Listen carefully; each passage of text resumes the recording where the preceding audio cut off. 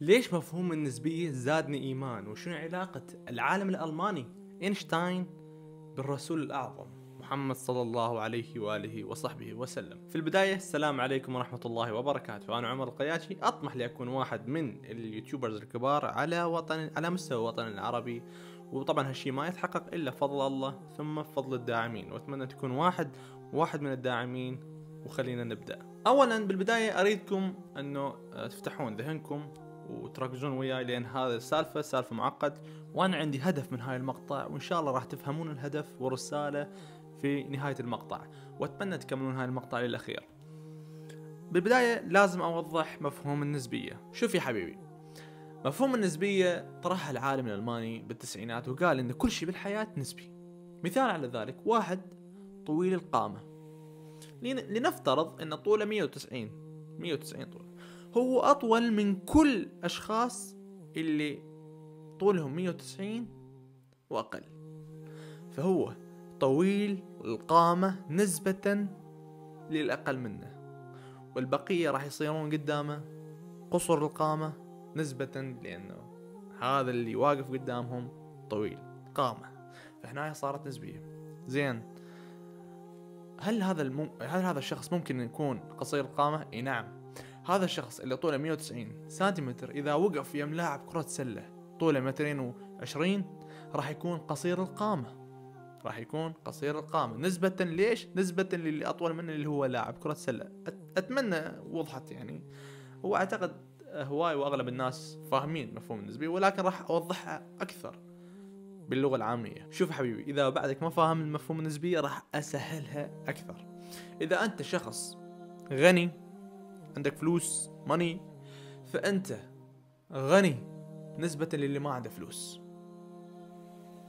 خلينا نقول نفترض عندك $100 شنو؟ أوكي، خلينا نفترض عندك $1,000,000، فأنت غني نسبة للي ما عنده $1,000,000، نسبة للي عنده $1,000 $15,000.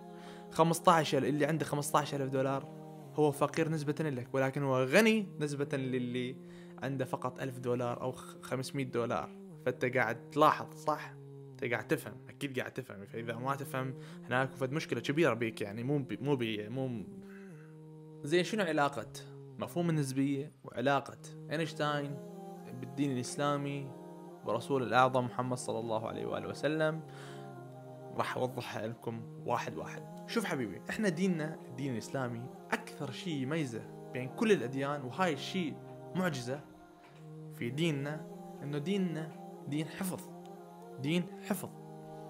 مثل ما الله سبحانه وتعالى قال في القرآن: إنا أنزلنا الذكر وإنا له لحافظون. نزل الذكر وراح ينحفظ، ما راح يتدخل أي إنسان، ما راح يقدر يحرفه أي إنسان أي مخلوق، خلاص. والذكر هو كل ذكر نزل عن طريق الوحي للرسول صلى الله عليه وسلم، إن كان قرآن أو إن كان حديث، كل شيء مرتبط بالوحي فهذا ذكر.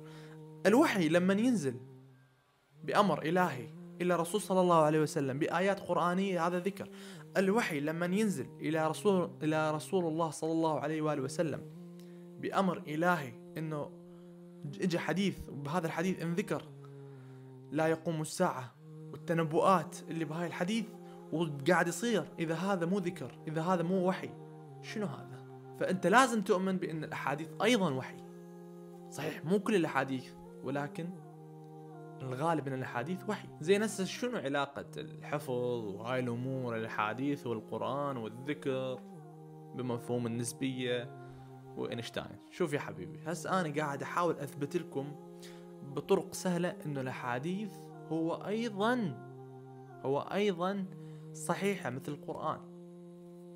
هسه راح نجي على مسألة الكبرى اللي انتم لازم تركزون عليها، اللي أريدكم تفتحون ذهنكم المود تفهمون هاي المسألة. شوف حبيبي، الله سبحانه وتعالى ذكر لنا في هذه الآية الكريمة مسألة حلوة: من عمل صالحا من ذكر أو أنثى وهو مؤمن فلنحيينه حياة طيبة ولنجزينهم أجرهم بأحسن ما كانوا يعملون. في تفسير هذه الآية الله سبحانه وتعالى يوعد المؤمنين اللي يعملون عمل صالح من ذكر أو أنثى بحياة طيبة، وأيضا راح ينكتب لهم أجر وحسنات على كل عمل يسوونه، أي كل عمل صالح. هسه المرة الثالثة راح تقولون شنو علاقة مفهوم النسبية بهاي الآية أو هاي السالفة كلها؟ شوف حبيبي، الله سبحانه وتعالى يقول أي واحد يعمل عمل صالح ذكر وأنثى راح نكتب له أجر وراح نعيش حياة طيبة. زين، السؤال هناي شلون نقدر نسوي هاي الأعمال إحنا إذا إيدنا مكسوسات أو إحنا فقراء أو ما نقدر نروح للحج؟ لأن هاي شوف قبل كل شيء لازم أوضح لكم شيء. الصلاة، الزكاة، الصوم، الحج والعمرة، هذني من أهم الأعمال الصالحة، وهذني الأعمال يحتاج عمل على مود نسوي هاي الأعمال نسبية. شلون؟ واحد غني يقدر يروح للحج ولا لا؟ يقدر. واحد فقير يقدر يروح للحج أو لا؟ ما يقدر.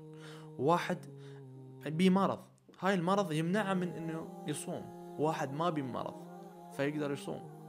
هنا صارت نسبية. شلون؟ هذا يقول أنا أفضل منك لأن أنا أصوم، هذا يقول أنا أفضل منك لأن أنا أروح للحج.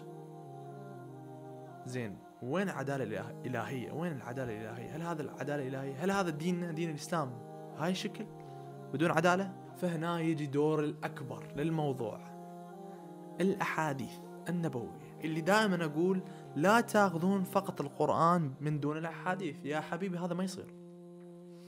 احنا بدون كتب الأحاديث أو بدون أحاديث نبوية لا نقدر نصلي ولا نقدر نعطي زكاة ولا نقدر نصوم. لأن الزكاة، طريقة إعطاء الزكاة موجود في الأحاديث، طريقة شكل الصلاة موجودة في الأحاديث ما موجودة في القرآن. القرآن يأمرنا بأنه إحنا نصلي، القرآن يأمرنا إحنا نعطي زكاة، القرآن يأمرنا بالصوم، لكن ما ينطي كيفية. الكيفية موجود في الأحاديث، روح اقرأ كتب الحديث. فإحنا هذا الآية إذا أخذناها هيجي قاعد نقول ديننا ناقص. شلون ديننا ناقص؟ ديننا ناقص، إحنا ديننا ناقص؟ ما يصير. الله سبحانه وتعالى قال اليوم أكملت لكم دينكم، إحنا ديننا كامل. زين، إذا إحنا بس ناخذ من القرآن فشلون؟ فهسه الحل يمي. أنتوا هسه ممكن إجاكم شكوك. شوف باع هذا الكتاب بمكتب مالتي. دقيقة. كتاب الأحاديث للرسول صلى الله عليه وآله وصحبه وسلم من سلسلة الصحيحة، أو يعني الصحيح البخاري. أول حديث في هذا الكتاب، شوف باع شوف إيش قد. أول حديث في هذا الكتاب يحل السالفة كلها، وأول حديث في هذا الكتاب راح يثبت إنه دينه هو أعظم دين. شلون؟ تعالوا خلينا نفتح أول حديث بهذا الكتاب. بالبداية نسب الإمام البخاري وهاي الأمور، يعني مو أحاديث، لكن أول حديث في الكتاب هو هذا. أول باب هو اسمه رقم 1، باب كيف كان بدء الوحي. المهم عرفنا من هذا.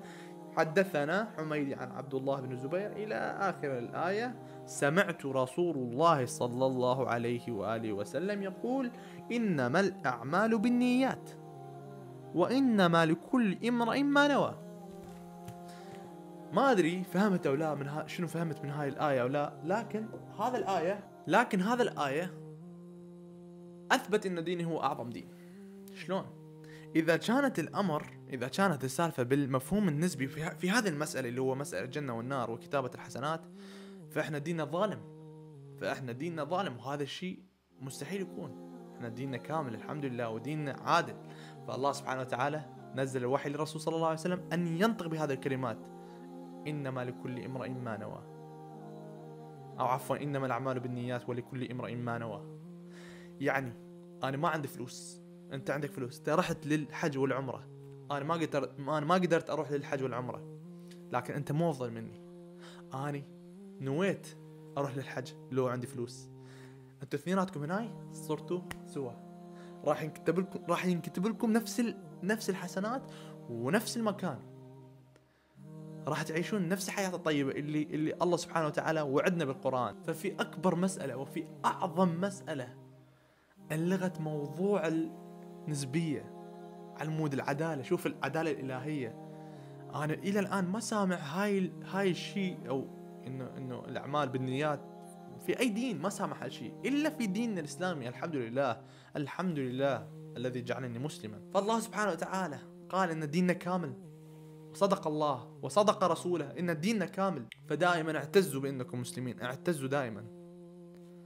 والحمد لله الذي جعلني مسلما. الحمد لله، الحمد لله. ديني عز، ولست أدري أذلة قومنا من أين جاءوا. والسلام عليكم ورحمة الله وبركاته.